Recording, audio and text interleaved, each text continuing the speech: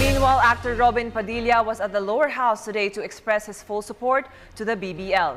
Padilla, who practices Islam, vowed to actively campaign for the passage of the Bangsamoro Basic Law. The details from Freddy Abando. Actor Robin Padilla has come a long way from his image as the bad boy of Philippine movies in the 90s.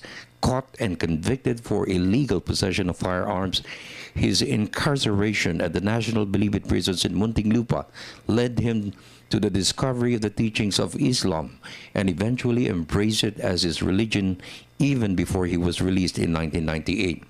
Since then, Padilla has been a champion of Islam and Muslim Filipinos. He was a crusader in defense of their rights to be recognized as the equal of all Filipinos. He advocated programs and projects to include education, health, livelihood, caring for them in times of crisis, the most recent of which was the Zamboanga city siege last year.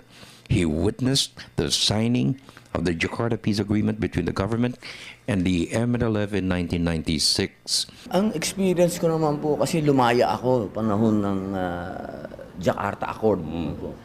Nakita ko naman po ang suporta ng mga Muslim nung panahon na yon. Hindi ko po nakitaan sa kanila nang galing ang hindi pagtupad. Ito po, itong panahon na ito, alam ko po, susuportahan po ito ng mga, kasi ang tunay pong Muslim, yan po ay Quranic. Pagka merong nagsasabi at nag-o-offer ng kapayapaan, tumatakbo dapat ng isang Muslim para tanggapin yung kapayapaan na yun. Kaya hindi po natin pwedeng tawagin na isang Muslim kung hindi po niya yayakapin ang kapayapaan. Christened Abdullah Aziz, Robin has taken a lead role to champion the passage of the Bangsamoro Basic Bill, which is now pending in Congress.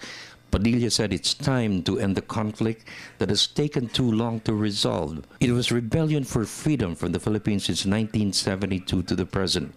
Padilla stressed peace in Mindanao will benefit all Filipinos in the country. Hindi naman po siguro papasok ang MILF sa isang usapin na hindi niya bibigyan ng representasyon, hindi lamang ang mga Muslim, kundi yung iba't ibang tribo sa Mindanao.